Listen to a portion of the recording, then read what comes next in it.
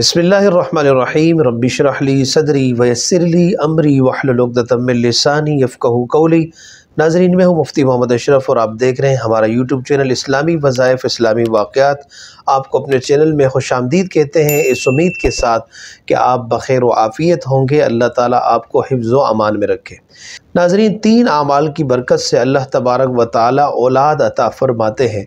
पहला अमल यह है कि कसरत के साथ इस्तिग़फ़ार का एहतमाम किया जाए और मुख्तसर जो इस्तिग़फ़ार है अस्तग़फ़िरुल्लाह। दूसरा अमल यह है कि हर फ़र्ज़ नमाज के बाद 3 मरतबा ये दुआ पढ़ी जाए, रब्बि हबली मिन लदुनका ज़ुर्रियतन तय्यबतन।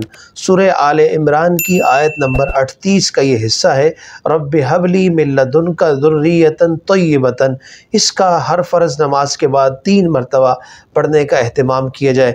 तीसरा अमल यह है कि फ़जर और मग़रिब की नमाज के बाद 10 मरतबा ये दुआ पढ़ी जाए, रब्बि ला तज़रनी फ़र्दन व अंत खैरुल वारिसीन।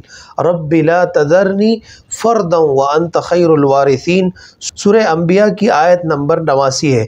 इंशाअल्लाह इन 3 आमाल की बरकत से अल्लाह तबारक व तआला जो गैर साहिब औलाद है, अल्लाह तबारक व तआला उसे इन 3 आमाल की बरकत से साहिब औलाद बनाएंगे, औलाद अता फ़रमाएंगे।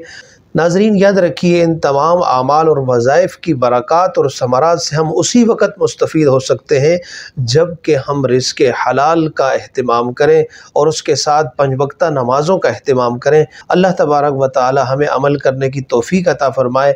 गुज़ारिश ये है कि अगर आप हमारे चैनल पर नए हैं, हमारे चैनल को सब्सक्राइब कीजिए, लाइक कीजिए, बेल आइकन को दबा दीजिए ताकि आने वाले नए वाक़यात से आप मुस्तफ़ीद हो सकें।